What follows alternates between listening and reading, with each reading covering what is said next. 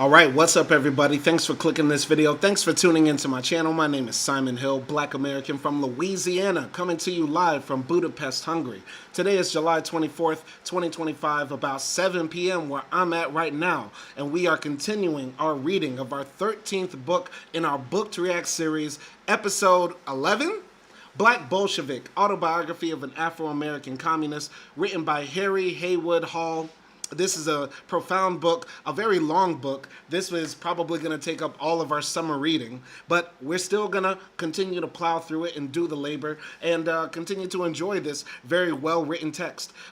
This book right here, in our last reading that we did 2 days ago, we were wrapping up chapter 7. He was talking about going to the Lenin School. Harry Haywood was the first Black American to ever attend the Lenin School. I believe he said he was the first Black person ever to attend the Lenin School, which was a premier institute for Soviet training for communist leaders abroad, right? And so that is a remarkable feat for someone to be born, the son of slaves, and end up in Moscow training at the highest echelons of the Soviet regime. So I find that remarkable. He also got into the spats and the differences and the sectarianism within the communist movement in America, the Love Stones versus the Foster group, etc., etc. I'm not that really interested in that type of stuff, but he did tell a funny story of being sent to rural Russia, and all the rural Russian peasants gather around him because they'd never seen a black person before, and an old Russian woman came up to him and said, "You should be ashamed that you're so black. Wipe that off your face," because she thought he was playing a trick. Anyway, this is a very interesting book, a very profound book, well-written book, and very captivating, and I'm loving every minute of it, every live stream of it. I'm enjoying reading this with all of y'all. And if you want to find this very rare book that's hard to find, you can get it for hardcover version on Amazon for about $650 US, or about $60 in paperback. So yeah, it's a very rare book, hard to find, but you can still get it out there. If you want to get the book for free, because it is a communist text, you can go to libcom.org, download the attachment right here, and get it for yourself, read it for yourself if you don't like my reading style. Anyway, for today's reading, we're going to be finishing chapter 7, and hopefully we'll try to finish chapter 8 as well. Chapter 8 is about 30 pages or so, but I think we can get through it. And I will be reading all the comments in the comment section as they come. So I got all the time in the world to chill and chat with y'all. So say whatever you want to say to me, but say it with your chest in the comment section. Let's pick up where we left off here. Chapter 7, page 214, 10th anniversary of the Bolshevik Revolution. The first time I met Stalin, okay, we're coming off strong. The first time I met Stalin was at a social gathering, a party in the Kremlin during the World Congress of the Friends of the Soviet Union. The Congress coincided with the 10th anniversary celebrations in the fall of 1927. The Congress sessions were held at the Dom Soyuzov, House of the Trade Unions. It was the greatest international gathering I had ever witnessed. There were probably more than 1,000 delegates representing countries from 6 continents. The most impressive delegation was the huge one, about 100 people from China, which was headed by Sun Qing-ling, the young and beautiful widow of Sun Yat-sen. Today she is vice chairman of the National People's Congress of the People's Republic of China. I was surprised and delighted to meet my old friend, Chi Dongping, a former Chinese student at the University of Chicago, with whom I had worked in the organization of the ill-fated Interracial Youth Forum on the South Side in 1924. He had since gone back to China and was now one of the translators for the Chinese delegation. It was Chi who introduced me to Madame Sun Yat-sen. She spoke English with an American accent, which was not surprising since she had been educated in the United States. Among the other notables we were to meet were the young Cuban revolutionary Antonio Mella, later murdered in Mexico City by Machado's assassins. He was a tall, wiry youth who always had a guitar slung over his back. There was Henry Barbusse, a pale, wan man, a victim of tuberculosis. He was a great literary figure in France and wrote a biography of Stalin. There was the American novelist Theodore Dreiser, father of American realism, who was there with his secretary, Ruth Epperson Kennel, a young American woman. A special friend of us black students was Josiah Gumede, the elderly president of the African National Congress and a descendant of Zulu chiefs. We took him in charge. Every morning we would call for him at his room at the National Hotel at Tervaskeya, now Gorky Street, and escort him to the Congress sessions. We also accompanied him on the rounds of parties held by the various delegations. He must have been about 60 at the time, but was big, strong, and healthy and never seemed to tire. The gala occasion for the whole Congress was the evening of national culture. It consisted of an elaborate pageant of folk dances from the various Soviet republics and autonomous regions. The dancers were all in their traditional costumes, a striking array of color and diversity. On this occasion, our Soviet hosts went all out for their foreign guests. The hall in the Dom Suyasov had been converted into a huge banquet room. We were seated before tables loaded with various kinds of liquor, including, of course, the best vodka and zazuska. What is zazuska? What is that? That sounds like that'll put you on your ass. I bet the Russians are drinking something stronger than vodka. What is that? Zakuskas. I don't know what that is. Oh, appetizers of all kinds? Or is that the separate thing? I don't know. Anyway, appetizers of all kinds. Cheeses, herrings, caviar, cold sturgeon, and cold meats. I'm not gonna lie. I've never heard somebody say, yo, Russian cuisine is the shit. I've met some Russians, and I asked them what they eat. They say they eat Russian salad and caviar, which explains why everybody is like paper thin. I don't get it. What do Russians really eat? I've yet to see in all my 34 years on Earth a Russian restaurant. I lived in Miami, bunch of Jews and Russians everywhere. Nan one Russian restaurant. I'm out here in Hungary, bunch of Russians running around. Nan one Russian restaurant. Ukrainian restaurant though, and that shit is lit. It's popping. Anyway, continuing here. The banquet finally ended. Most of us were in somewhat of a stupor from food and drink. Our group, which included our teacher, Sikh, was leaving the hall amidst the din of 1,000 people talking and laughing. On our way out, we stopped and chatted with numerous delegates.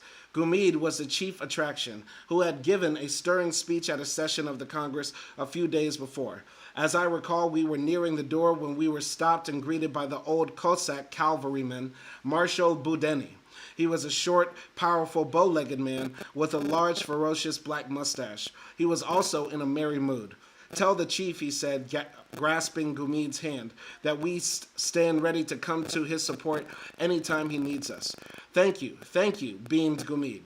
At that moment, someone approached us. I believed it was Tival, Stalin's secretary, and informed us that we were invited to a party in the Kremlin. We walked the short distance across the square to the Kremlin. Once inside the Kremlin walls, we were guided into one of the old palaces and then taken upstairs to a small hall.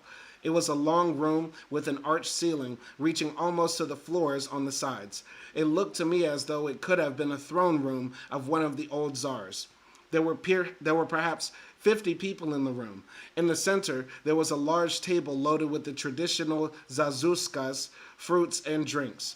It was a sort of a buffet. Chairs were not directly at the table, but rather were along the walls on each side. There in the center, on one side, was Stalin, with a number of people seated beside him. He rose, shook our hands, and after we were introduced, welcomed us. Be our guest. He was a short, thick-set man, as I remember, dressed in a neat tan suit with a military collar and boots shined to glisten. He motioned us to the vacant chairs on the other side of the room. On that side were a number of folk dancers and musicians, presumably participants in the earlier festivities. Somebody introduced Gumede as an African Zulu chief from the Congress, and the dancers probably thought we were all from the same tribe. Gumede, however, was the center of attention, surrounded by the dancers, who insisted on being photographed with him. They gathered around him, a couple sitting on his lap and others behind him with their arms around him. Stalin, observing all this from the other side of the room, seemed amused. Later on, Stalin got up, bid us all good night, and walked out. As I remember, it was quite a relaxed evening with no political discussion. We left shortly after Stalin departed and were driven home by a chauffeur from the Kremlin carpool. That's kind of cool. That's kind of cool to be like in the same room with somebody who's so monumental, so important to world history, at least 20th century history, to be in the same room with Stalin and he's just chilling with a bunch of big booty African dancers and some like big Cossack general. I guess that's kind of cool. Anyway, Another version of this occasion was given, I believe by Sikh, who insisted that Otto had danced with Stalin that evening. I don't doubt Sikh's words, but I certainly don't remember seeing it. Okay, see, the teacher is saying that Harry's brother danced with Stalin, which is kind of weird. I don't know of dancing with another man. Anyway, Otto didn't remember the incident either. But I do know that in Russia, it was not uncommon for one man to dance with another on festive occasions. Yeah, that's a bit weird. If Russians are dancing with other Russians, what's happening out there in Russia? Anyway, as I recall, the hall became more crowded, and I was attracted by a group of folk dancers who offered to help us students with our Russian. Afterwards, Sikh kept reminding Otto, don't you remember, Otto? You asked Stalin to dance and you danced around the hall with him several times. That was a memorable occasion. How could you forget it? Okay, I think what happened is the white teacher, Sikh, thought Otto, the black man who's the brother of Harry Haywood, was just one of the African dancers who were there. This might be a little bit of casual racism. I mean, Sikh might have been drunk on vodka and zazuska that night and just said, hey, Harry, don't you remember your black brother was dancing with Stalin? Meanwhile, it might have been somebody from Zimbabwe, but Sikh couldn't tell the difference because he was so drunk. I don't know. Anyway, as for Gumid, he returned home a firm supporter of the Soviet Union. Everywhere he went, he gave glowing reports of his visit there. In January 1928, he told an ANC rally that, I have seen the new world to come, where it has already begun. I have been to the New Jerusalem. Okay, so he went back home and told everybody in South Africa, hey, this communism thing is lit. We should bring that back here to South Africa. All right. One day in December, Otto called me and said he had just gotten a call to pick up a young black woman, Maud White, who was to be a student at Kutfa. She was waiting at the station. He asked me if I'd like to go along, and I readily agreed, looking forward with pleasure to meeting this woman, the first black woman since Jane Golden to study in the Soviet Union. Sorry, but Harry, what happened to your wife, Ina? He mentions Ina in passing. I get vibes Harry was gay. I'm not going to lie. And being gay is not a bad thing. But the way he mentions women in his life story, it doesn't seem like there's a lot of love or passion for the women that are in his life. You get what I'm saying? And there were a lot of closeted black men back then, especially closeted, intellectual black men and stuff like that. So I wouldn't be surprised if Harry was in the closet his entire life. Even if he had children, I mean, that was not out of the ordinary. And I'm not saying this as a type of slander on him at all. But the way he writes about the women in his story, his first wife and his second wife, they only get like 1 or 2 paragraphs. If I wrote my life story, my first wife would have like basically a whole chapter, and my second wife would have like basically a recurring role throughout the story. You get what I'm saying? So I get the feeling Harry, might not have loved women the way a straight man might have loved women. But everybody loves differently. And then again, this is a political autobiography, not really a, personal autobiography. But for anybody offended by that, come find me and fight me. All right, I'm going to continue here. So one day in December, Otto called me and said, okay, pick up the black woman named Maud White. We rented a droshky and proceeded to the station. It was a cold winter night. The temperature was somewhere around 35 below zero. When we got there, we saw the young black woman. She was about 19, standing in the unheated station. She was a strikingly pretty, brown-skinned woman with huge dark eyes. She had on a seal skin coat, silk stockings and pumps, and by the time we got there, she was practically hysterical with the cold. Get me out of here, she shouted. Okay? Hans von Mitterkitch said WPPWW, whatever. I don't know. That might mean white power worldwide or something like that. This might be a white supremacist, but we're going to tell him this, all right? And this isn't directed at you, Hans, because most likely, because you're a white supremacist, or a suspected white supremacist, you're pussy. Instead of just saying what you want to say, you have to hide it in code. But we're not going to hide it in code. All white supremacists must die. We're going to put that in plain bank because I'm going to show you how a man does it, not how the white man does it with his little penis and his insecurities. All right, let's continue here. So we couldn't have been more, She was screaming, "Get me out of here, get me out of here," in the cold. Otto and I looked at each other, both thinking the same thing. We're going to have a rough time with this one. We couldn't have been more wrong. Maud got right into the swing of things at school. She was a very popular student and stayed in Moscow for 3 years. We later learned that she had been a school teacher before coming to Moscow. On returning to the States, she became an outstanding party cadre and a lifelong friend of mine. Oh, that's beautiful. Okay, but once again, this is how he talks about women. He seems to be very friendly with women and describes them in great detail when writing about the women that he likes. You know what I mean? The other female communists, et cetera, that he develops platonic relationships with. But I find it very strange that he doesn't talk in depth about the women that he fell in love with and married. All right? Anyway, Chapter 8, Self-Determination, the Fight for a Correct Line. So, towards the end of 1927, Nasonov returned to the Soviet Union after a sojourn to the United States as the representative of the Young Communist International. I had known him briefly in the States before my departure for Russia. Nasonov was one of a group of YCI workers who had been sent on missions to several countries. He had considerable experience with respect to the national and colonial question and was considered an expert on these matters. Nasonov's observations had convinced him that U.S. blacks were essentially an oppressed nation whose struggle for equality would ultimately take an autonomous direction, and that the content of the black liberation movement was the completion of the agrarian and democratic revolution in the South. A struggle which was left unresolved by the Civil War and betrayal of the Reconstruction. Therefore, it was the duty of the party to channel the movement in a revolutionary direction by raising and supporting the slogan of the right of self-determination for Afro-Americans in the Black Belt, the area of their greatest concentration.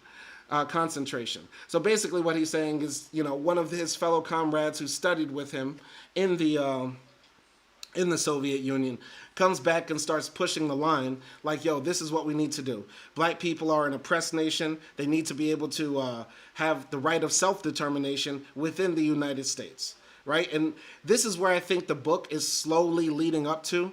Harry Haywood was, I believe, a true black nationalist, not how people bastardize the term where anybody who speaks up for black people is some type of black nationalist, but in the sense that he wants nationhood based on the identity of blackness, right? Whatever that may mean. And I think, you know, throughout the text, we're seeing this greater evolution towards his understanding of what potential black nationhood could look like, or what that movement could look like, right? And it's very interesting how that had more, this has more buildup. The stream of thought towards black nationalism has more buildup to it than his eventual decision to become a communist, which I find very fascinating. Okay. Jokes aside, I personally don't even hate black power as such, says Hans von Mitterkitsch. Every group should have their own right to self-determination and perseverance. We should be united. No, Hans, we will never be united. I will never unite with you. There is no such thing as a justification for racial spatialization on this planet. So fuck you and fuck everything you stand for, you fascist pig. So I'm going to put that in there for you to understand. Fuck you, you fascist Nazi. Fuck you, you fascist Nazi Hans. Let this be a lesson for everybody out here. We as people on the left, we as communists, socialists, anarchists, we have no allies with people who say that, you know, all jokes aside, I don't really hate black people. You hate black people and you hate yourself because what you're obsessed with is the idea of nationhood and identity built around white identity or any other type of identity. There is no such reason to justify racial spatialization or differentiation on this planet because race is a social construct that was created during the era of colonialization as justification for capitalist exploitation of not only the enslaved black people of Africa from the Arabs and also from the Europeans, but as a way to justify exploitation of the white working class. You stupid motherfucker, Hans, you. Stupid white men. I'm telling y'all, white men are fucking stupid. White men are fucking stupid. He is more obsessed. Hans here is more obsessed with color than he has actually with the wealth in his own pocket.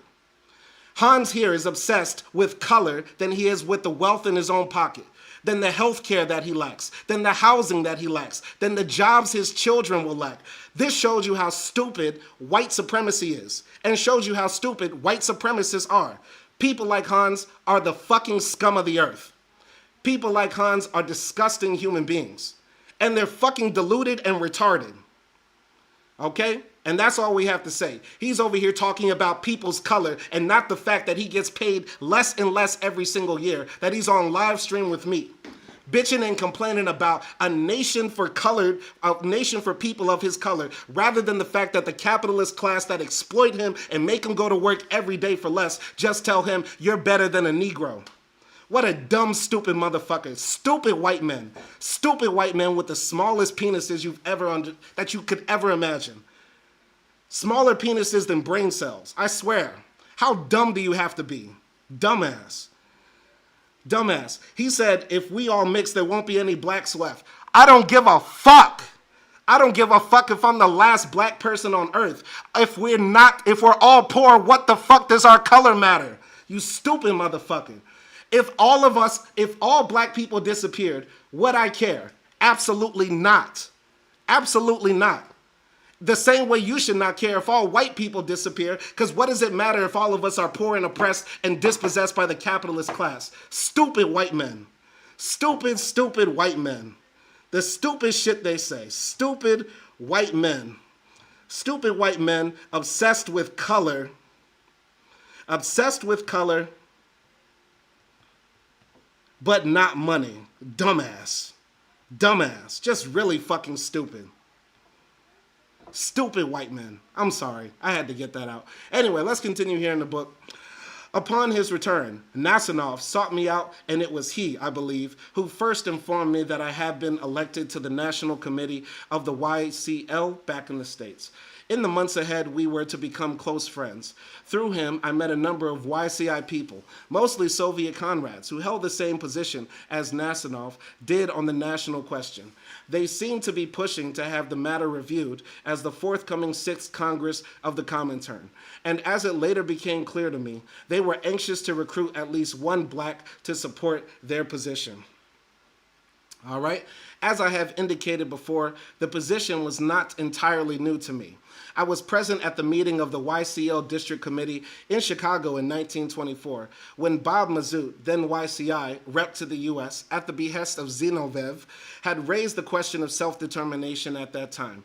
He had been shouted down by the white comrades. See Chapter 4. Well, we talked about that. Let's go here to Troll, and his name says it all. Hello, my stupid black man. A white man is here. How are y'all, though, for real? I wish you the best. All right, Troll is a dumbass white man. All right? How am I stupid when I'm here trying to advocate on behalf of the poor, ignorant, working class white men like yourself? People like Troll are going to make sure his children don't have good jobs. People like Troll are going to make sure that his children are poorer than he is, have less than he is, because he is obsessed with a person's color than actually the capitalist class that's exploiting us. All right, Hans here says, stayed for your chimping. You're the one who's chimping out, honestly. Don't care about money. I'm not a capitalist. I heavily despise central banking, which is code for Jews. Hans is just really talking about the Jews. He really is a capitalist, though, because only a capitalist would think about nation states based on racial identity, because that's going to really advocate for the working class and the poor people. I even find money in general as a necessary evil in modernity. So here he has with two contradicting points of views. Dumbass. Really dumb, stupid white people. I'm really done. Anyway, continuing here. Sen Katayama had told us, black Kutva students, that Lenin had regarded U.S. blacks as an oppressed nation and referred us to his draft resolution on the national and colonial question, which was adopted by the Second Congress of the Comintern in 1920. Otto and other black students had also told me that they got a similar impression from their meeting with Stalin at the Kremlin shortly after their arrival in the Soviet Union. All of this seemed tentative to me. No one had elaborated the position fully, and Nasonov was the first person I met who attempted to argue it definitively. But all of these arguments, and especially Nasonov's prodding, set me to thinking and confronted me with the need to apply concretely my newly acquired Marxist-Leninist knowledge on the national colonial question to the condition of blacks in the United States. So once again, in this book, he's leading up to like reconsidering the national question for black people. It's very interesting that this is happening because, you know, earlier he was talking about his introduction to Garveyism and how in Garveyism he was at first against it because he saw the national project that Garvey was trying to create as really just an extension of the black bourgeois class that was trying to exploit the black working class, etc. And also Garvey's essentially capitulation to the white right that racial realism and racial spatialization is the only solution to white supremacy. So I find this, once again, the most interesting part of the book, this long buildup, this long arc towards what I assume will be his, final position. But I don't know. Let's find out. We're going to continue here. So, to me, the idea of a black nation within U.S. boundaries seemed far-fetched and not consonant with American reality. I saw the solution through the incorporation of blacks into U.S. society on the basis of complete equality, and only socialism could bring this to pass. There was no doubt in my mind that the path to freedom for us blacks led directly to socialism, uncluttered by any interim stage of self-determination or black political power. The unity of blacks and white workers against the common enemy, U.S. capitalism, was the motor leading toward the dual goal of black freedom and socialism. I believe that was his determination there. So, Troll says, "Are you a communist?" I am. Thank you. Yes, I am. All right. I felt that it was difficult enough to build this unity without adding to the gratuitous assumption of a non-existent black nation, with its implication of a separate state on U.S. soil. To do so, I felt, was to create new and unnecessary roadblocks to the already difficult path to black and white unity. Socialism, I reasoned, was not in contradiction to the movement for black cultural identity, expressed in the cultural renaissance of the 20s and in Garvey's emphasis on race pride and history, which I regarded as one of the positive aspects of that movement. Socialism for U.S. blacks did not imply loss of cultural identity any more than it did for the Jews of the Soviet Union, among whom I had witnessed the proliferation of the positive features of Jewish culture, theater, literature, and language. Now, once again, I'm not an expert on Soviet history, but I have heard that Stalin, was very bad to the Jews. And while I am a communist, I'm not some sycophant for the Soviet Union, and I'm not a Stalin, fanboy, despite my earlier video where I said we need to bring Stalin back. There's good things about the Soviet Union that we need to analyze, and there's bad things that we need to, also take into account as well. Okay? But let's continue here. So, the Jews were not considered a nation because they were not concentrated in any definite territory. They were regarded as a national minority, and Birobidsan was set aside as a Jewish autonomous province. Such a bolstering of self-respect, dignity, and self-assertion on the part of a formerly oppressed minority people was a necessary stage in the development of a universal culture which could amalgamate the best features of all national groups. This was definitely the policy of the Soviet Union with regard to formerly oppressed nationalities and ethnic groups. Like the Jews, I reasoned, the position of U.S. blacks was that of an oppressed race, though at the time I am sure I would have been hard-pressed to define precisely what was meant by that phrase. The main factor in the oppression of Jews under the Tsar had been the religious factor. The main factor with U.S. blacks was race. Blacks lacked some of the essential attributes of a nation which had been defined by Stalin in his classic work, Marxism and the National Question. It's very interesting because back then, I don't think they were defining the Jews as a racial group or as an ethnic group. It was a religious group, a very closed, insular group that you couldn't convert to, but a religious group nonetheless. Very interesting he makes that distinction. Because I didn't know, or I don't know, because I never read Stalin's work, Marxism and the National Question, if a nation could be based around religion solely, right? And I don't know also if Stalin would make the point about a nation built on racial identity. But I'm going to continue here. All right. Hans van Mitterkind says, "What's your opinion on the Holodomor?" Holodomor. So once again, I always make this point that we're not Soviet sycophants here. And so the Holodomor, as far as I know, was when the Soviet Union starved out Ukraine so that the Russians could eat, essentially. And I find that to be a bad thing. There's nothing that we can't criticize in the Soviet Union, but there's also not the same thing that we could do with the United States as well. The United States of America, the bastion of capitalism for the world, has done wicked, horrific things to the people, especially the poor and oppressed people of the planet, such as in Latin America, as we saw in my lifetime in Iraq and Afghanistan. And that's not just whataboutism, but I will bring up that, you know, we will be critical of the Soviet Union, but we're not going to disregard the advances the Soviet Union made entirely. And we're not going to just, you know, laud around one man, like how MAGA does. MAGA looks at everything Trump does and says that was right. That was the good thing to do. We don't do that here. We don't worship Stalin. We don't worship Lenin. We don't worship Marx. We're critical Marxists who try to analyze and develop new forms of scientific socialism, but we're not here to do blind worship of any man, ideology, etc. Okay? Holodomor. Well, once again, I'm American, guys, and I'm from Louisiana. You get what I'm saying? So, and plus I'm reading very fast and taking in a lot of text, so it might not always be pronounced correctly, but thank you.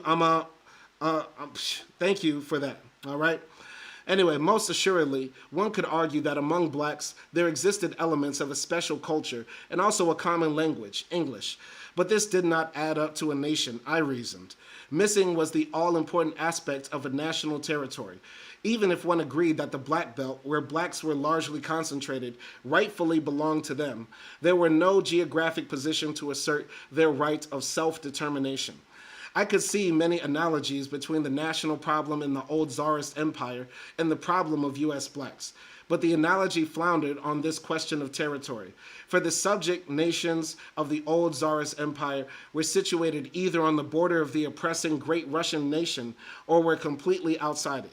But American blacks were set down in the very midst of the oppressing white nation, the strongest capitalist power on earth. Faced with this, it was no wonder that most nationalist movements up until then had taken the road of a separate state outside the United States. How then could one convince U.S. blacks that the right of self-determination was a realistic program? Nasonov and his young friends answered my arguments over the course of a series of discussions and were quick to pick out the flaws in my position. They contended that I was guilty of an ahistoric approach with respect to the elements of nationhood. Certainly, some of the attributes of a nation were weakly developed in the case of U.S. blacks. But that was the case with most oppressed peoples precisely because the imperialist policy of national oppression is directed towards artificially and forcibly retaining the economic and cultural backwardness of the colonial peoples on a condition for their super-exploitation. My mistake had been to ignore Lenin's dictum that in the epoch of imperialism, it was essential to differentiate between the oppressor and the oppressed nation. They further contended that I had presented the matter as though self-determination were solely a question for blacks. I had therefore separated the black rebellion from the struggle for socialism in the United States. In fact, it was a constituent part of the later struggle, or more precisely, a special phase of the struggle of the American working class for socialism. Okay, all right. So that's a very good point. That's a very good point. I mean, once again, I don't agree with it, but I'm trying to understand the argument. The argument is that, you know, the exploiter class, the imperialists, will make the oppressed nation feel like you are a part of the nation. Plus they will try to make them ignorant and dependent on the, the empire nation, the one that is doing the oppressing, to make them feel like they are beholden to them, that they are dependent on their oppressors. And so in the case of blacks in the United States, that's sort of like the argument that the communists like Nasarov are making. Blacks comprise a specific portion of the United States, exist in a geographical territory also as well, have some common characteristics, and therefore have a special category in the movement for socialism towards the United States, right? Anyway, so let's go here. So my argument added up to a defense of the current position of the U.S. party, albeit I had embellished the position somewhat against Nasonov's criticisms. Up to this point, the black students had not challenged the party's line on Afro-American work. we reasoned that the party's default in the work among blacks was not the result of an incorrect line, but came from a failure to carry out in practice its declared line. We believe that in this failure was due to an underestimation of the importance of work among blacks, which came from an underestimation of the revolutionary potential of the struggle of the black masses for equality. All this resulted from the persistence of remnants of white racist ideology within the ranks of the party, including some of its leadership. Nasonov and some of his friends agreed with us that the American Communist Party did underestimate the revolutionary potential of the black struggle for equality. But they maintained this underestimation came from a fundamentally incorrect social democratic line, rather than from white chauvinism. They said that I had stood the whole matter on its head. I had presented the incorrect policies as the result of subjective white chauvinistic attitudes, whereas they pointed out that the white chauvinist attitudes persisted precisely because the party's line was fundamentally incorrect, in that it denied the national character of the question. I don't get, this feels very weird for me. Okay, all right. This is very, very weird for me to get. You get what I'm saying? Because, like, on the one hand, you know, I do believe that the movement for socialism, for a more equitable society, will take everybody moving hand in hand. And in America, you know, we have a very unique position as black people in the country, where we're not a sizable majority in any specific location, even in the blackest state like Mississippi, right? Yes, we were fundamental to building the nation. In fact, we were the bedrock of building the nation through our human capital. And yes, we, you know, contribute basically everything to American culture and to its continued economic growth. I just find this idea hard for me to swallow. Once again, I'm against all forms of, like, nationalism unless it's, you know, a workers type of nationalism. And so what Nasarov is doing really feels like it's just resonating in my spirit, like, as something like that feels more like the Soviets were just finding a way to, like, pick at America. They were just finding a way to pick at America, to destabilize the country, to agitate a group of people that have a grievance against the nation, etc. Okay? All right. Gonna continue here. Yeah. So, our American comrades seem to think that the only direct struggle for socialism is revolutionary, they told me, and that the national movement detracts from that struggle and is therefore reactionary. This, they pointed out, was an American version of the pure proletarian revolution concept. They referred me to Lenin's polemic against Radek on the question of self-determination. The Bolsheviks also criticized my formulation of the matter as primarily a race question. To call the matter a race question, they said, was to fall into the bourgeoisie liberal trap of regarding the fight for equality as primarily a fight against racial prejudices of whites. This slurred over the economic and social roots of the question and obscured the question of the agrarian democratic revolution in the South, which was pivotal to the struggle for black equality throughout the country. They pointed out that it was wrong to counterpose the struggle for equality to the struggle for self-determination. For in fact, in the South, self-determination for blacks, political power in our own hands, was the guarantee of equality. History of the question in the Comintern. In these discussions with my young friends, which extended over the course of several months, I became keenly aware of the gaps in my understanding of Marxist-Leninist theory on the national colonial question. I was to find, as Nasonov and others had indicated, that the idea of blacks as an oppressed nation was not new in the Comintern. Though Stalin was undoubtedly the person pushing the position at the time, it had not originated with him, but with Lenin himself. It first appeared in Lenin's draft Theses on the National Colonial Question, which he submitted to the Second Congress of the Comintern in 1920. The draft, which was later adopted, called upon the Communist parties to render direct aid to the revolutionary movements among the dependent and underprivileged nations. For example, Ireland, the American Negroes, etc., and in the colonies. Interesting. Interesting. Okay, so he's making the point that Lenin himself said that, that basically the national question for the American Negroes, the Irish, etc., this is of importance to the socialist cause. I find that interesting. All right. Some have argued that Lenin's reference to U.S. blacks as a subject nation was merely a tentative deduction. When he submitted his draft, he asked the delegates for opinions and suggested on 15 points, one of which was Negroes in America. It was recorded, however, that the Colonial Commission of the Congress, which Lenin himself headed, and in which Sen Katayama was a leading member, held lengthy discussions on the question of U.S. blacks.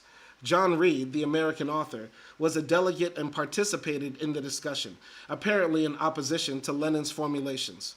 In fact, he made 2 speeches, one in the commission and one to the Congress, contending that the problem of U.S. blacks was that of both a strong race movement and a strong proletarian workers movement, which is rapidly developing in class consciousness.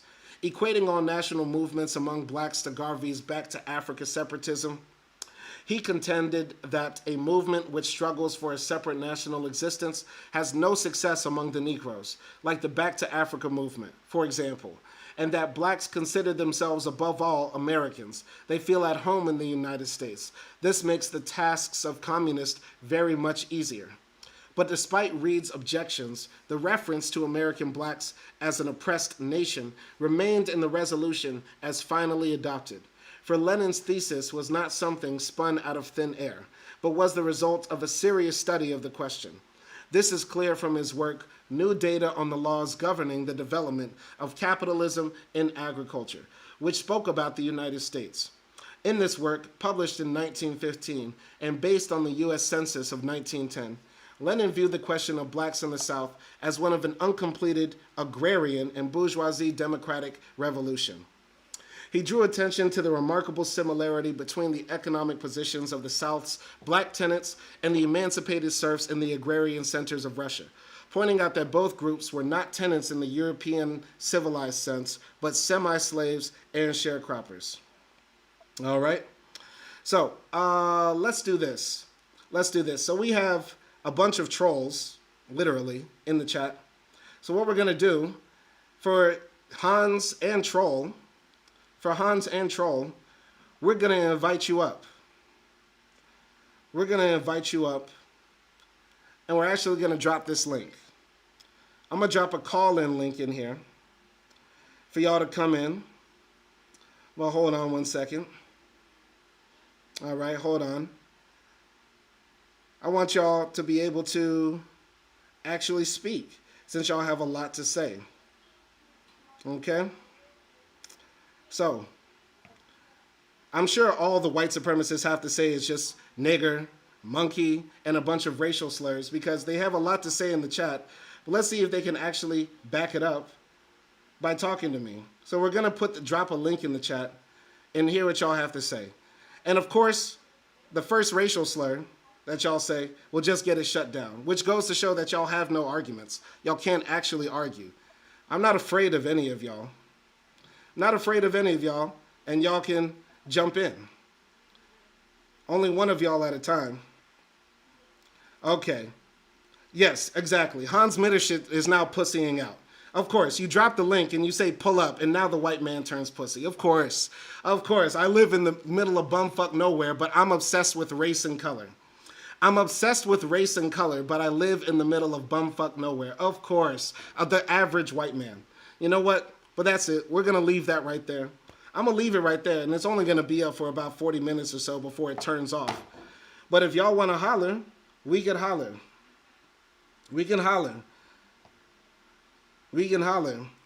But we're going to make sure that this is going to be, because I'm sure y'all have nothing to say. Y'all can't actually debate your topic. All right? Y'all can't actually debate your topic. You can't jump in, but that is the link to call in. It's right there. Troll, Hans Mittershit, all you stupid motherfuckers in the chat, now you got quiet. Do I have Discord? I am not a small dick beta white man who watches BBC porn all day like you. No, I am not one of you 4chan fucking losers on Discord. No. So you got the link. You got the link. Pull up or shut up, you stupid white fucking cuck. All right? That link is open, and that's it. That's it. That's it. That's all we're going to do. But I'm sure all y'all going to do is pull up and talk shit. But Troll is in here, and Troll is probably about to just say the N-word or something stupid. Troll is in the chat. Troll, what do you have to say?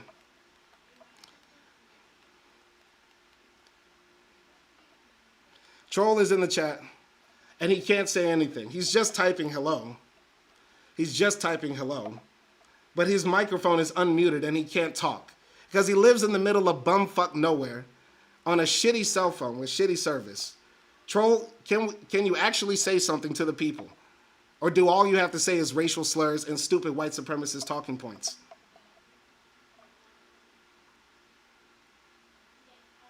Troll, I know you can hear me. I'm not unmuting my microphone on Zoom. I have to unmute my microphone on Zoom, so pardon to anybody out there if you hear feedback. No, nobody can hear you, Troll. He's an idiot. These people are idiots, and y'all are just messing up. Troll, Troll, there's no reason that you can't be heard. Troll, can you actually say something? What an idiot. I'm kicking this guy. What a dumbass. What a dumbass. Can't even talk. Can't even talk. Dumbass. I gave him several chances and y'all saw it right here. What a dumbass. Stupid white man. I'm telling y'all, just really dumb. Really dumb. Dumb. And no, I'm not your bro. I am not your bro. I am not brothers with any of you small dick, stupid white men. Dumbasses. I'm going to continue reading a book, something y'all have never done. Dumbasses. Dumb. Just stupid as hell. I'm going to continue here.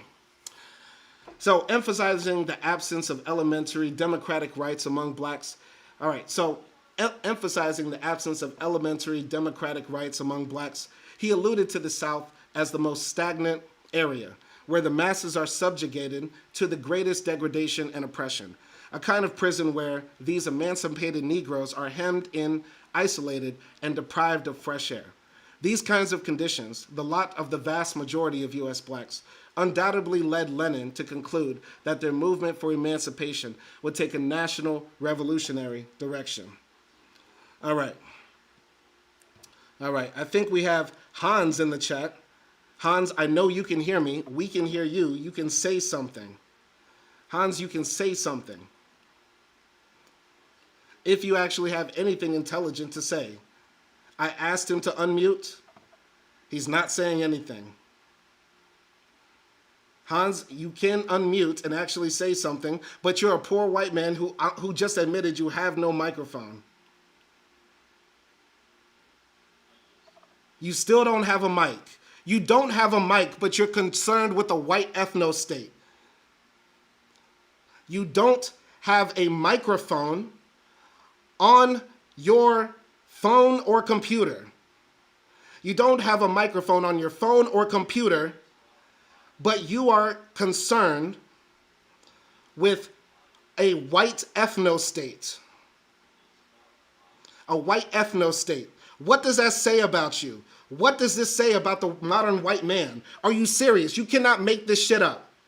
You literally do not have a phone. You literally do not have a microphone. Something basic things have. Something the subhumans have. Like me, apparently. Apparently, I'm subhuman, I'm retarded, I'm reading books on live, but apparently I'm a low IQ African. But the white supremacist concerned with the ethno-state doesn't have a microphone on his phone. You gotta be fucking kidding me. Get him the fuck out of here. I'm turning Zoom off, because y'all can't be serious. Y'all gotta be the most embarrassing. Wow. Wow, what a dumbass.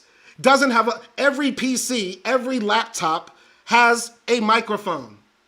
I have 2 laptops. I have a laptop for streaming and I have a Mac. Wow. I can't set up a Zoom call. You joined and didn't say anything, troll. You are literally stupid. You gotta be stupid. You can't make this shit up. We say all the time, the white supremacists are not concerned with their actual economic benefit. They're just concerned about skin color. And literally, we just proved it right now. Literally just proved it. I have a phone.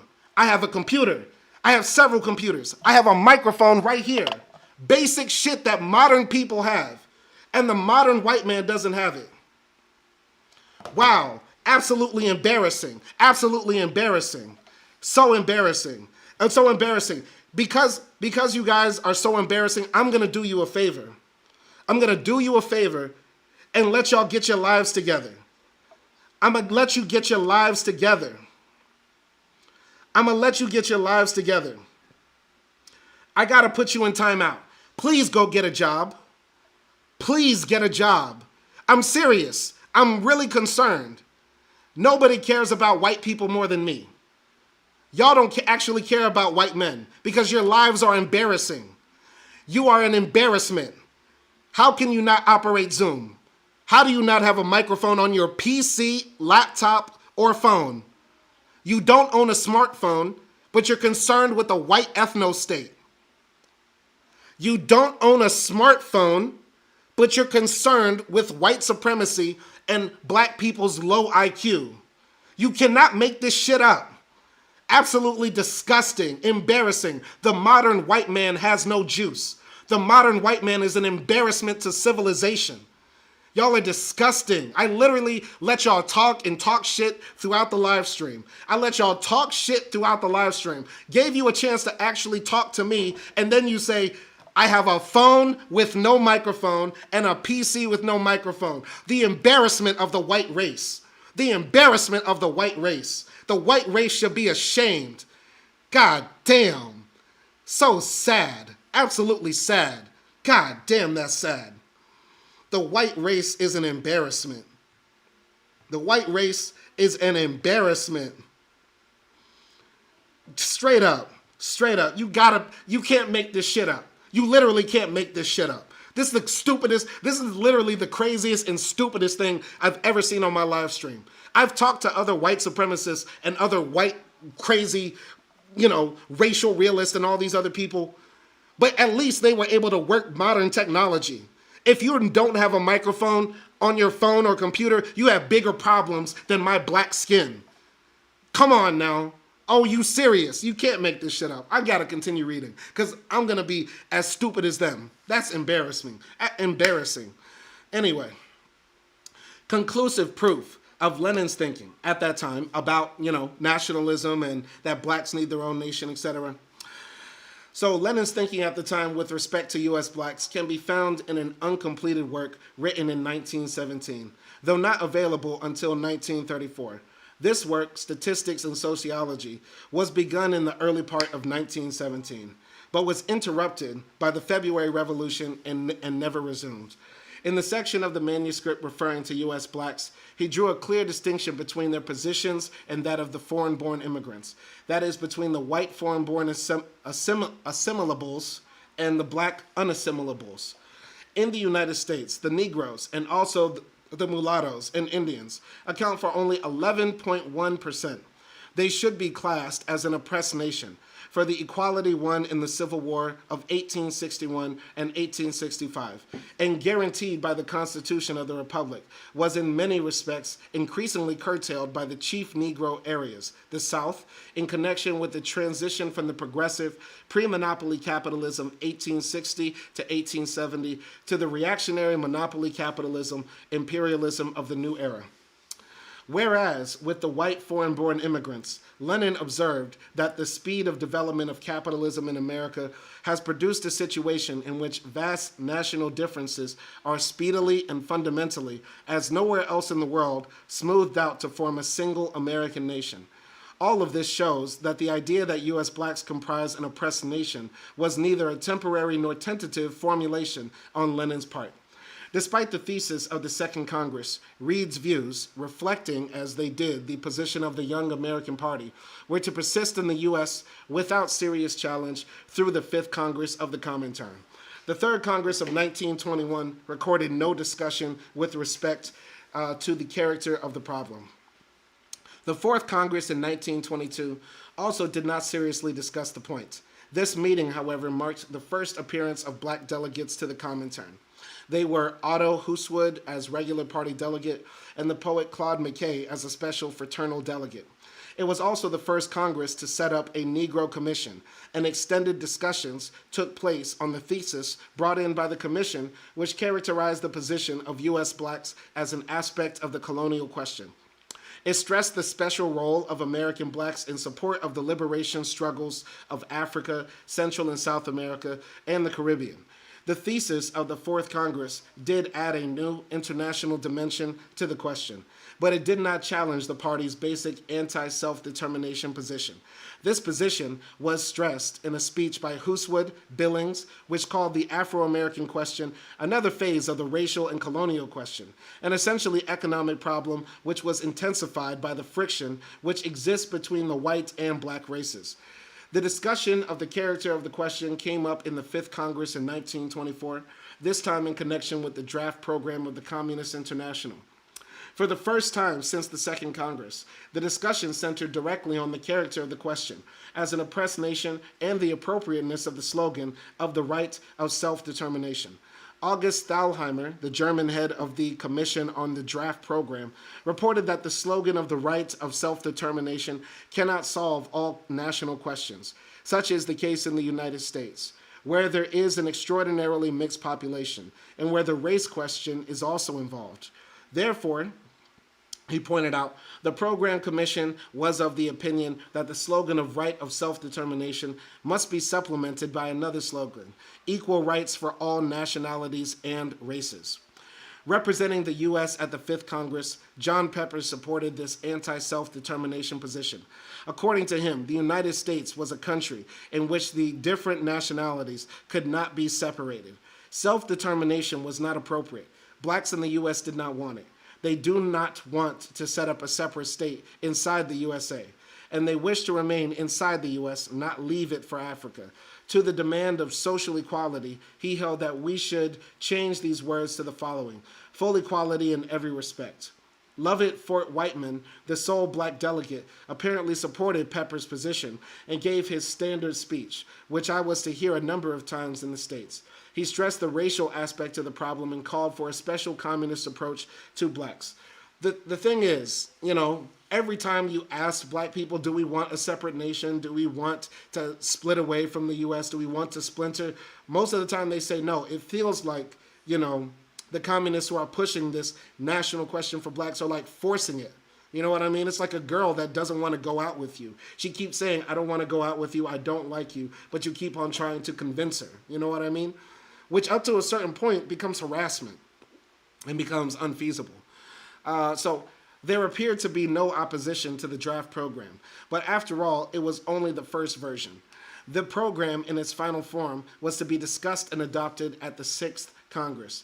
Apparently, Zinoviev and others in the CI leadership were not satisfied with the formulation that had rejected self-determination for U.S. blacks.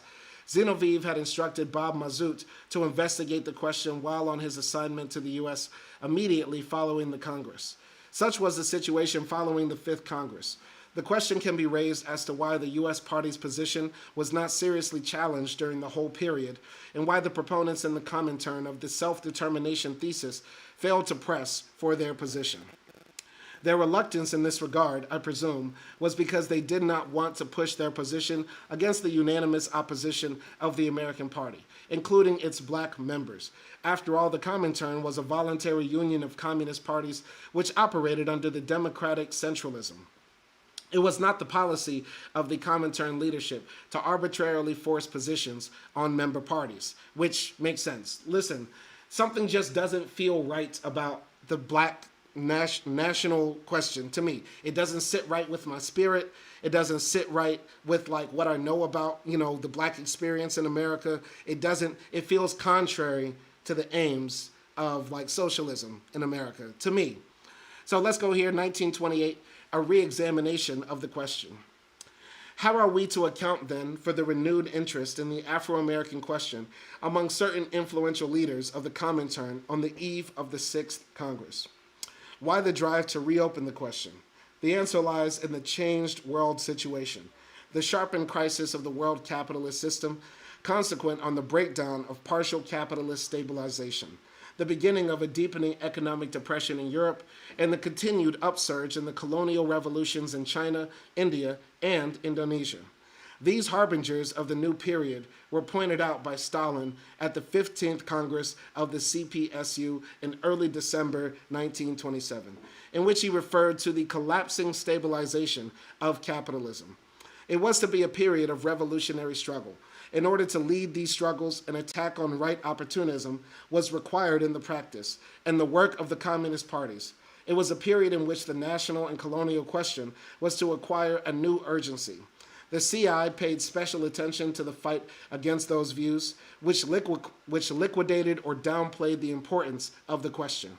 In this context, the Comintern felt that the establishment of a revolutionary line on the Afro-American question was key if the CPUSA was to lead the joint struggle of the black and white working masses in the coming period. The low status of the CP's Negro work itself was another factor pressing for a radical policy review. There had been no progress in this work, despite the prodding of the Comintern. As already mentioned, the highly touted American Negro Labor Congress had failed to even get off the ground. Partially, I feel like the CPUSA, or people that are advocating for black national sovereignty within, the continental, what is now the United States, feel like they're overcompensating because they did lack of outreach for black people for such a long time. You get what I'm saying? It feels like we ignore black people for so long. Let's just go to the most radical position. That's what it feels like. So, in a speech at the 6th Congress, James Ford counted 19 communications from the Comintern to the U.S. Party on Negro work, none of which had been put into effect or brought before the party. He further observed that we have no more than 50 Negroes in our party out of the 12 million Negroes in America. All of these factors strengthened the determination of the Comintern to make the 6th Congress the arena for a drastic reevaluation of work and policy in this area.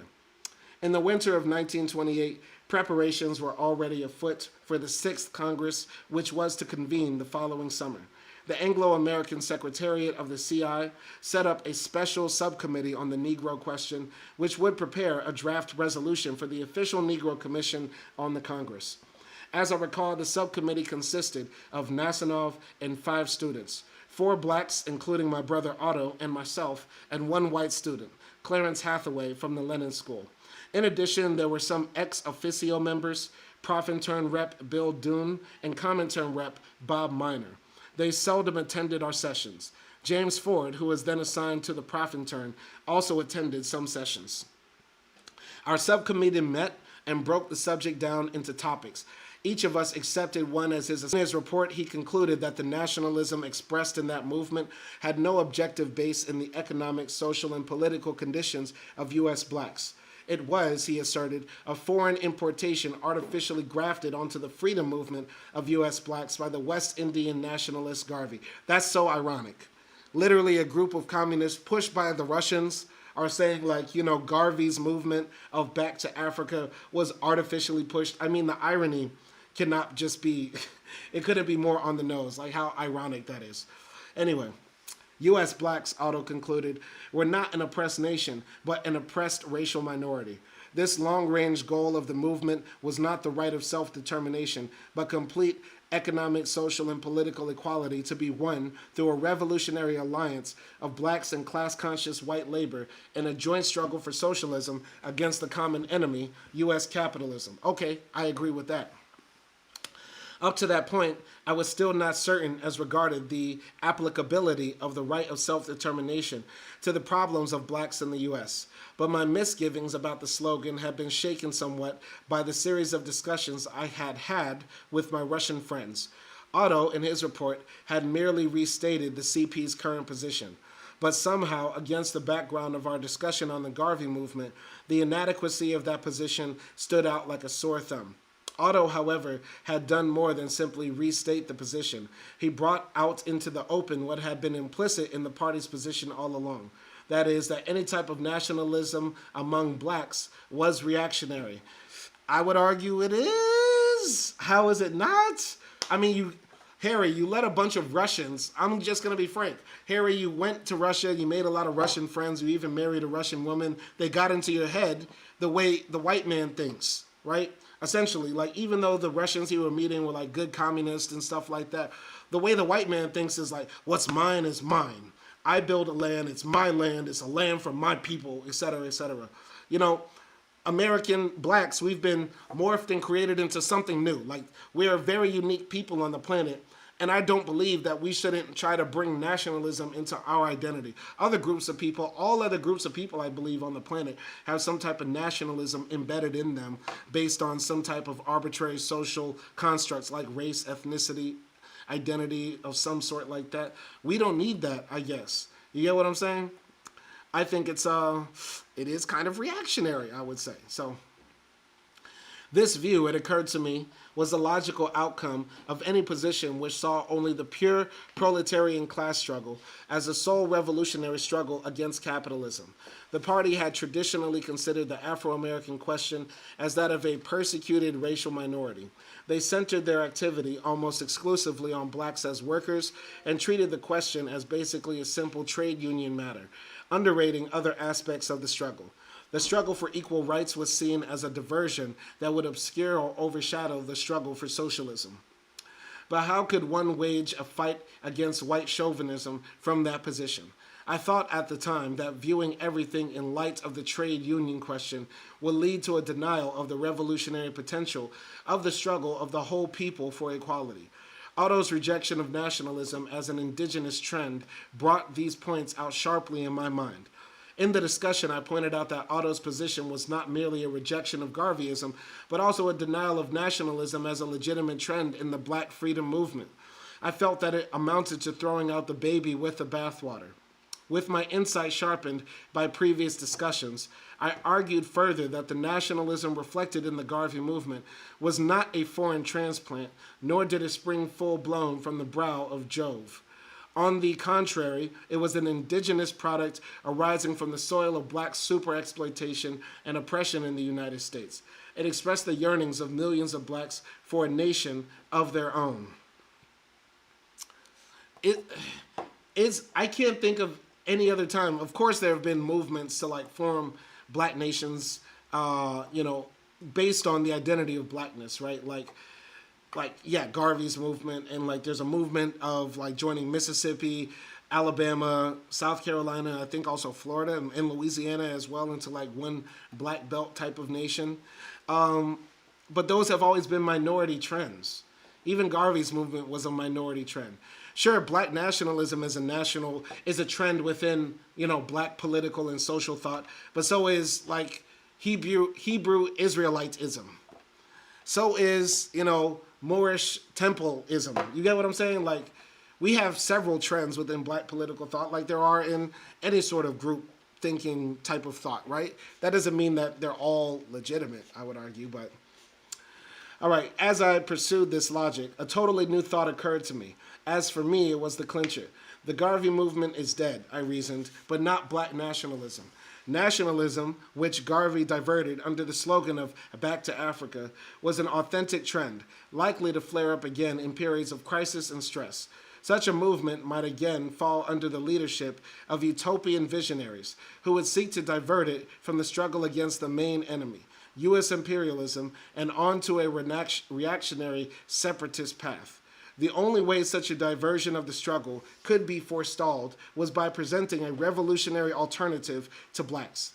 To the slogan of Back to Africa, I argued, we must counterpose the slogan of right of self-determination here in the Deep South. Our slogan for the U.S. Black Rebellion, therefore, must be the right of self-determination in the South with full equality throughout the country, to be won through revolutionary alliance with politically conscious white workers against the common enemy, U.S. imperialism. Nasanov was seated across the table from me during this discussion and elated at my presentation. He demonstratively rose to shake my hand. I was the first American communist, with perhaps the exception of Briggs, to support the thesis that U.S. blacks constituted an oppressed nation. Ooh, okay. The next day, Nasanov and I submitted a resolution to the subcommittee incorporating our views. We couldn't get a majority, but we had Hathaway's support, as I remember it. It was agreed that the resolution be submitted to the Anglo-American Secretariat as the views of those who subscribed to it, and those who disagreed with it would present their own views. The only really persistent opposition in the subcommittee, as I remember, came from Otto. The other students were somewhat ambivalent on the question. I attributed much of this to Seek's influence, since he had already begun to develop his position, which held that the question of U.S. blacks was a race question and that blacks should not demand self-determination, but simply full social and political equality. His theories were later used by the Lovestonites and others who opposed the self-determination position. Once my hesitations were overcome, the whole theory fell logically into place. Here is the full analysis as I came to understand it. The thesis that called for the right of self-determination is supported by a serious economic historical analysis of U.S. blacks. The evolution of American blacks as an oppressed nation was begun in slavery. In the final analysis, however, it was the result of the unfinished bourgeois democratic revolution of the Civil War and the betrayal of Reconstruction through the Hayes-Tilden Gentlemen's Agreement of 1877. This betrayal was followed by withdrawal of federal troops and the unleashing of counter-revolutionary terror, including the massacre of thousands of blacks and the overthrow of the Reconstruction government, which had been based on an alliance of blacks, poor whites, and carpetbaggers. The result was that the black freedmen, deserted by their former Republican allies, were left without land. Their newly won rights were destroyed with the abrogation of the 13th, 14th, and 15th Amendments, and they were thrust back upon the plantations of their former masters, in a position but little removed from chattel bondage. The revolution had stopped short of a solution to the crucial land question. There was neither confiscation of the big plantations of the former slaveholding class, nor distribution of the land among the Negro freedmen and poor whites. It was around this issue of land for the freedmen that the revolutionary democratic wave of radical Reconstruction beat in vain and finally broke. The advent of imperialism, the epoch of trust and monopolies at the turn of the century, froze the blacks in their post-Reconstruction position. Landless, semi-slaves in the South, it blocked the road to fusion of blacks and whites into one nation on the basis of equality and put the final seal on the special oppression of blacks. The path towards equality and freedom via assimilation was foreclosed by these events, and the struggle for black equality thenceforth was ultimately bound to take a national revolutionary direction. Under conditions of imperialist and racist oppression, blacks in the South were to acquire all the attributes of a subject nation. They are a people set apart by a common ethnic origin, economically integrated in various classes, united by a common historical experience, reflected in a special culture and psychological makeup. The territory of this subject nation is the Black Belt, an area encompassing the Deep South, which, despite massive outmigrations, still contained, and does to this day, the country's largest concentration of blacks. Thus, imperialist oppression created the conditions for the eventual rise of a national liberation movement, with its base in the South. The content of this movement would be the completion of the agrarian democratic revolution in the South, that is, the right of self-determination, as a guarantee of complete equality throughout the country. This new analysis defined the status of blacks in the North as an unassimilable national minority who cannot escape oppression by fleeing the South. The shadow of the plantation falls upon them throughout the country as the semi-slave relations in the Black Belt continually reproduce black inequality and servitude in all walks of life. There are certain singular features of the submerged Afro-American nation which differentiate it from other oppressed nations and which have made the road towards national consciousness and identity difficult and arduous. Afro-Americans are not only a nation within a nation, but a captive nation suffering a colonial type oppression while trapped within the geographic bounds of one of the world's most powerful imperialist countries. Let's say I contend that all of that is true. Let's say I agree with Harry Haywood's premise that blacks are a nation within a nation. We're captive because of the fall of Reconstruction and the divorcing of white labor and black labor from ever unifying, the destruction of any sort of collaborative effort in that sense. And now blacks are a permanent underclass within the South who are meant for exploitation despite their large numbers, right? Let's say I contend all of that is true. Does that need to happen? Because we are a captive nation, does that need to happen? I'm just entertaining the idea. I'm not saying that I agree with it. But it makes me think about situations like, Kurdistan, Palestine, South Sudan when they were fighting for their freedom, stuff like that.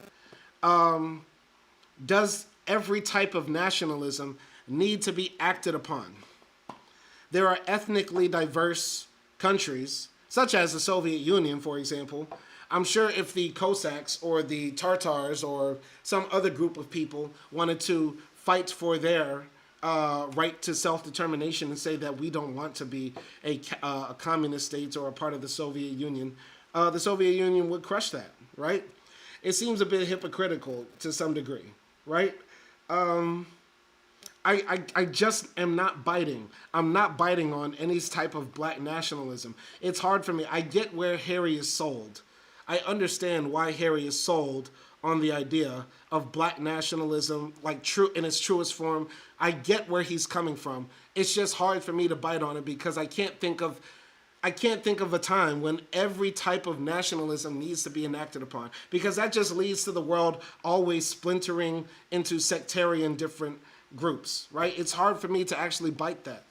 You get what I'm saying? Like, if we let that ride, then every single African nation should disintegrate into small city-states where an ethnic group of 1,000 has their, territory next to a group of, 100 million in another territory. Like, it just seems to be reactionary, reductivist. I am not biting. Let's say I agree Africans are a captive nation within the nation of America. I don't think this type of nationalism should be acted upon. It opens up more problems than it solves, in my opinion. But I'm just walking through the idea. So, blacks were forced into the stream of U.S. history in a peculiar manner as chattel slaves and are victims of an excruciatingly destructive system of oppression and persecution, due not only to the economic and social survivals of slavery, but also to its ideological heritage, racism. The Afro-American nation is also unique in that it is a new nation evolved from a people forcibly transplanted from their original African homeland, a people comprised of various tribal and linguistic groups. They are a product not of their native African soil, but of the conditions of their transplantation. The overwhelming stifling factor of race, the doctrine of inherent black inferiority perpetuated by ruling class ideologies, has sunk deep into the thinking of Americans. It has become endemic, permeating the entire structure of U.S. life. Given this, blacks could only remain permanently unabsorbed in the new world's melting pot. The race factor has also left its stigma on the consciousness of the black nation, creating a powerful mystification about black Americans, which has served to obscure their objective status as an oppressed nation. It has twisted the direction of the Afro-American liberation movement and scarred it while still in its embryonic state. Although the objective base for equality and freedom via direct integration was foreclosed by the defeat of Reconstruction and the advent of the U.S. as an imperialist power, bourgeois assimilationist illusions were continued into the new era. They were nurtured and kept alive by the nascent black middle class and the liberal detachment of the white bourgeoisie. Although the objective base for equality and freedom via direct integration was foreclosed. Okay, yeah, so basically people continue to fight for integration, some middle-class blacks and some liberal whites, right? Conditions, however, were maturing for the rise of a mass nationalist movement.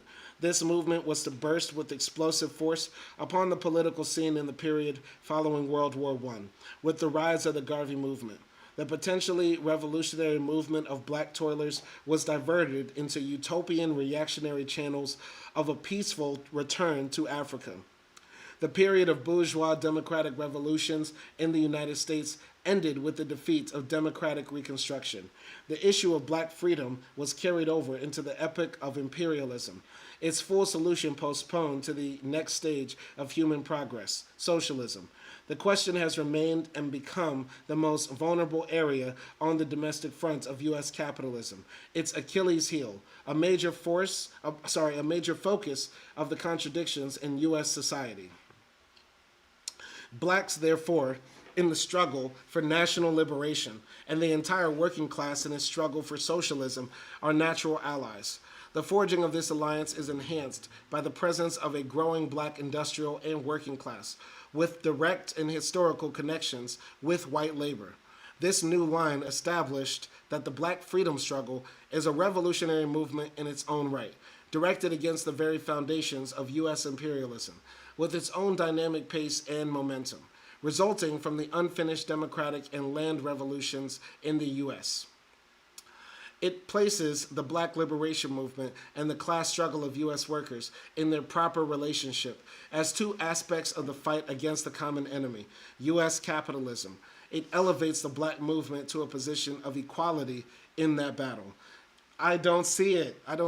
It's equality enough, I think, and this sounds crazy. That's a crazy sentence to say. I caught myself. It's equality enough just to be able to break down the barriers of racism in America, to say, white workers and black workers are working hand in hand to defeat capitalism. You get what I'm saying? I don't see how, the national struggle, saying black people need their own nation, elevates the black struggle on par with the white struggle. That makes it just seem like black people just want to be around black people, but white people want, the ownership of the means of production. It seems like a differentiation. It seems like a bait and switch. It seems like a type of white supremacy under the guise of bringing about socialism or communism. I'm gonna be frank. This is my first time really critiquing one of the ideas he has in the book, because I'm really diverging with this idea. I'm not seeing it. I'm not seeing this idea of nationhood. I don't get it. I don't get it. Or maybe it's just me. I don't know.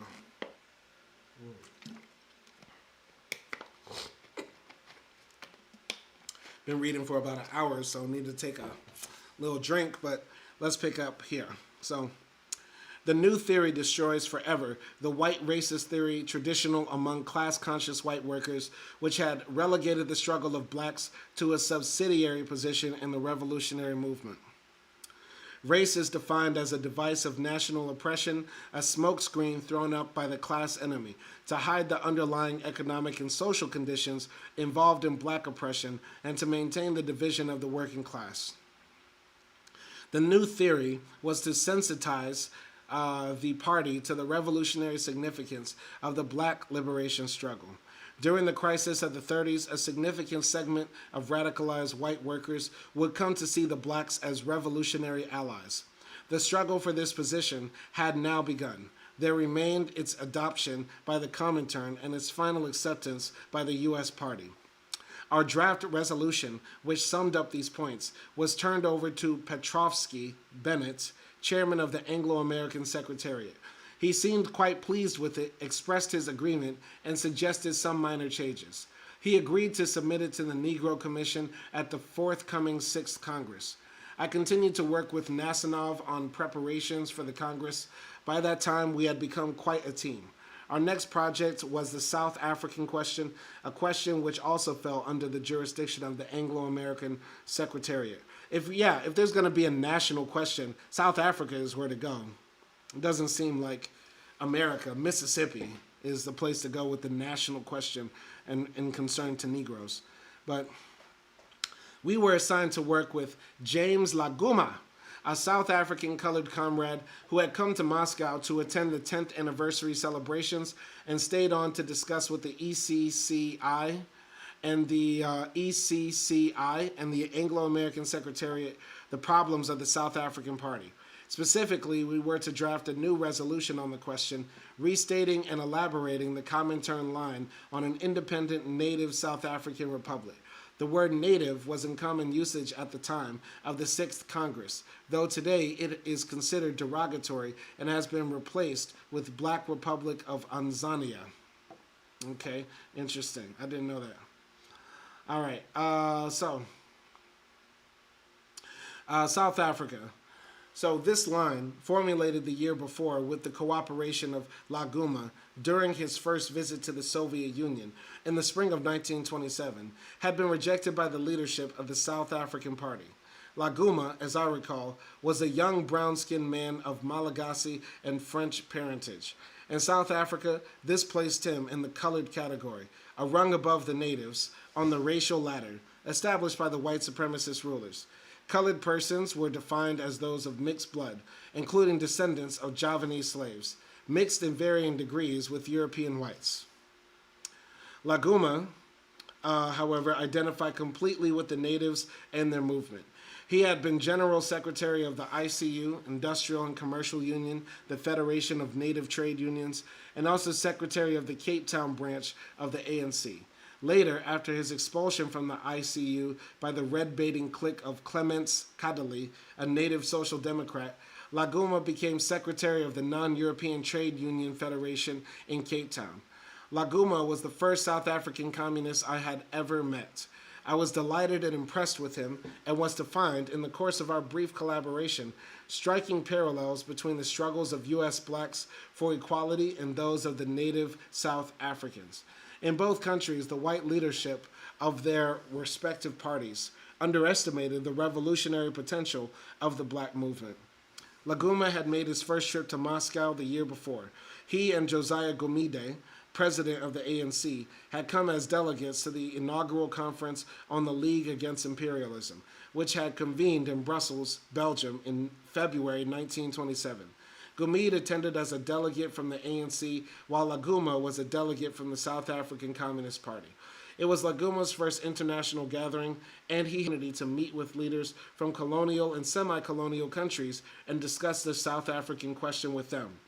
Madam Sun Yat-sen and Pandit Nehru were among those present. The conference adopted the resolution of the South African delegates on the right of self-determination through the complete overthrow of imperialism. The general resolution of the Congress proclaimed Africa for the Africans and their full freedom and equality with other races, and the right to govern Africa. After Brussels, Laguma went on a speaking tour to Germany, after which he came to Moscow. Although the Brussels conference had called for the right of self-determination, it left unanswered many specific questions that are raised by that slogan. Were the natives in South Africa a nation? What was to be done with the whites? Laguma was to find the answer to these questions in Moscow, where he consulted with ECCI leaders, including Bukharin, who was then president of the Comintern. He participated with ECCI leaders in the formulation of a resolution on the South African question, calling for the return of the land to the natives and for an independent native South African republic as a stage towards a workers' and peasants' republic with full equal rights for all races. Laguma returned to South Africa with the resolution in June 1927. Gumede also arrived home in the same month, but the resolution was received hostilely by Bunting and was rejected by the South African Party leadership at its annual conference in December 1927. Bunting was a British lawyer who had come to South Africa some years before. An early South African socialist and a founder of the Communist Party, he was the son of a British peer. As Bunting later commented, he nearly used up all the small fortune he had inherited in the support of party work and publications. Bunting and his followers insisted that the South African Revolution, unlike those in the colonies, was a direct struggle for socialism without any intermediary stages. To the Comintern slogan of a native South African republic, Bunting counter-proposed the slogan of a workers' and peasants' republic. This concept of pure proletarian revolution was an echo of what we had found in the U.S. Party with respect to blacks. But here the error stood out grotesquely given the reality of the South African situation with its overwhelming native majority. It was against this background that Laguma and Gumede left to go to Moscow and attend the 10th anniversary celebrations and the Congress of the Friends of the Soviet Union. Laguma apparently was not in Moscow on that occasion. He was probably out on a tour of the provinces. Both he and Gumede traveled widely during their visit to the Soviet Union. Our purpose at this time was to develop and clarify the line laid down in the resolution formulated by the previous year. Our draft, with few changes, was adopted by the 6th Congress of the Comintern and the ECCI. As already noted, Bunting had put forward the slogan of a South African workers' and peasants' government. Bunting's formulation denied the colonial character of South Africa. He failed, therefore, to see the inherent revolutionary nature of the native struggle for emancipation. As opposed to this, our resolution began with the definition of South Africa as a British dominion of the colonial type, whose colonial features included the country was exploited by British imperialism with the participation of the South African white bourgeoisie, or the British and the Boer, with British capital occupying the principal economic position. The overwhelming majority of the population were natives and colored, 5 million natives and colored, with 1.5 million whites, according to the 1921 census. Natives, who held only 1/8 of the land, were almost completely landless, the great bulk of their land having been expropriated by the white minority. The great difference in wages and material conditions of the white and black proletariat, and the widespread corruption of the white workers by the racist propaganda and ideology of the imperialists. These features, we held, determined the character of the South African Revolution, which, in its first stage, would be a struggle of natives and non-European peoples for independence and land. As the previous resolution had done, our draft, in the form adopted by the 6th Congress and the ECCI, held that as a result of these conditions, in order to lead and influence that movement, communists, black and white, must put forth and fight for the general political slogan of an independent native South African republic as a stage towards a workers' and peasants' republic, with full equal rights for all races, black, colored, and white. South Africa is a black country, the resolution went on to say, with a mainly black peasant population, whose land had been expropriated by the white colonizers. Therefore, the agrarian question lies at the foundation of the revolution.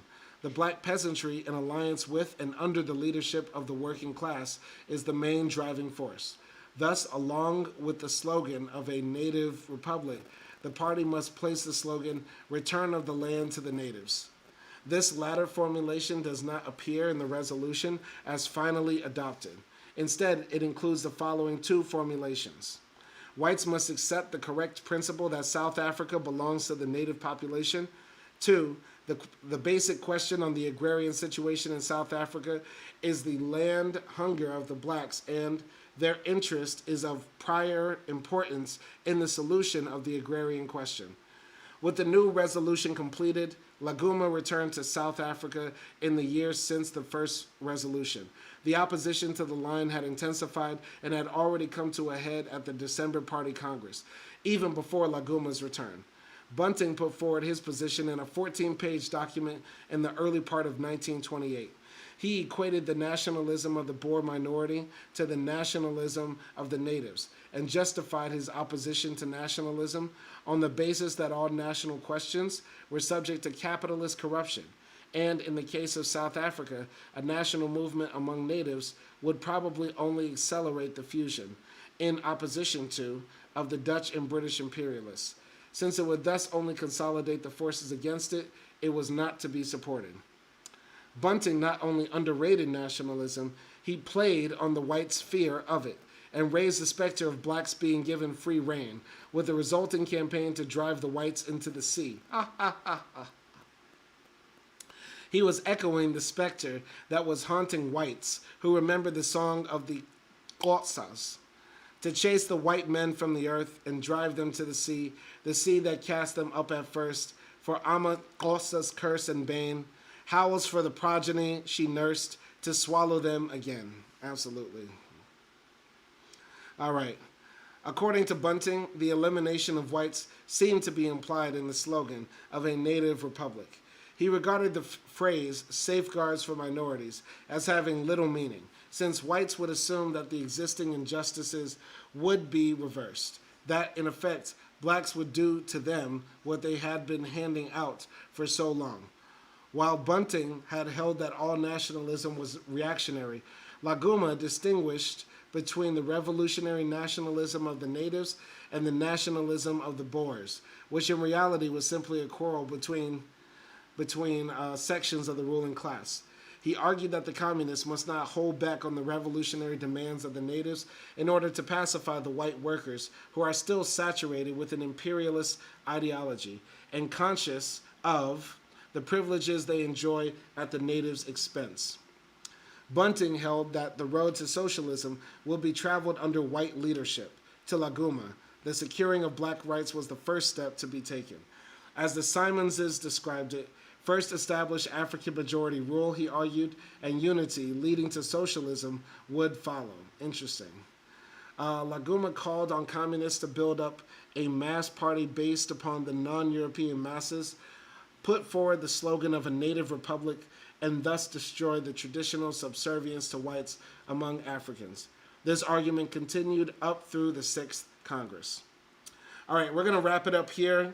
We won't be able to finish chapter 8, though I think we're only about 8 pages away, which is fascinating. So we're going to wrap up chapter 8 in our next live stream that we'll read tomorrow. I promise. I think I got some time tomorrow to knock this out. And yeah, it's been a very fascinating read, interesting stuff. Enjoying this text a lot. We'll pick up on 6th Congress of the Comintern, a blow against the right, which is what we need right now. And yeah, we'll also talk about, yes, my stay in the Caucasus, her visiting the Caucasus Mountains. I want to give a shout out to everybody who jumped in here. I want to give a shout out to Hans Mitterkirsch, whatever, and Troll. Who else was here? So, yeah. Okay.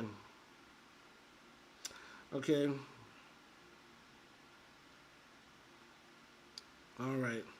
I'm a mass boy. I don't know who that is. My mass boy. I don't know what that. Mass. I don't know what that means. Anyway, he had to go earlier, but I want to give a shout out to everybody who jumped into the chat. Listen, we don't debate Nazis, racists, and fascists. We don't want to platform y'all, but if y'all are gonna talk shit in the chat, I'm gonna pull up. I drop the link anytime. Anytime y'all want to talk to me, I'm not that hard to find. I'm the most sociable, down-to-earth YouTuber on the platform. You get me? It's not hard to find me and actually get to know me and talk to me. You get what I'm saying? But if you're going to come in here and talk shit, and I've dropped the link, and then your dumbass realizes you don't even have a computer, you don't even have a microphone, and you're poor as hell, you need to really rethink your life. You need to really rethink your life.